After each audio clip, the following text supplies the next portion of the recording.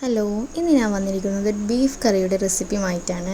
ഇതിലേക്ക് വേണ്ട സാധനങ്ങൾ എന്തൊക്കെയെന്ന് ഞാൻ പറഞ്ഞുതരാം. ഒരു 3 തക്കാളി, പിന്നെ മല്ലിപ്പൊടി ഒരു 2.5 ടീസ്പൂണ്, പിന്നെ ഗരം മസാലപ്പൊടി ഒരു 1.5 ടീസ്പൂൺ ഇടുക, പിന്നെ ഇഞ്ചി വെളുത്തുള്ളി പേസ്റ്റ്, കുരുമുളക് പൊടി, ചിക്കൻ മസാലപ്പൊടി, ഇതൊക്കെ ആവശ്യത്തിന് എരിവിനനുസരിച്ചിടുക. മുളക് പൊടി, പിന്നെ നമ്മുടെ ഉള്ളി ഒരു 2 എണ്ണം, പിന്നെ കറിവേപ്പില, മല്ലിയില, പിന്നെ എണ്ണ ഒന്ന് ചൂടായതിന് ശേഷം ഉലുവ ഇടുക, അതിന് ശേഷം ഉള്ളി ഇടുക, പിന്നെ തക്കാളി ഇട്ടൊന്ന് നല്ലൊന്ന് വാറ്റുക.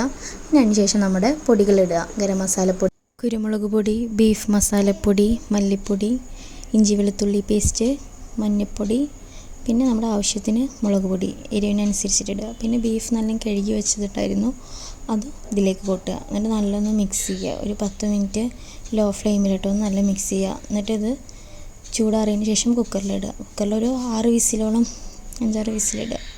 അതിനുശേഷം നമ്മുടെ ബീഫ് കറി ഇവിടെ റെഡി ആയിട്ടുണ്ട്. അപ്പോൾ എല്ലാവരും ഒന്ന് മസ്റ്റായിട്ടൊന്ന് ട്രൈ ചെയ്ത് നോക്കുക. ഇതത്ര സ്പെഷ്യലൊന്നുമല്ല, എല്ലാവരും എല്ലാവരുടെ വീട്ടിലുണ്ടാക്കുന്ന ഐറ്റം തന്നെയാണ്.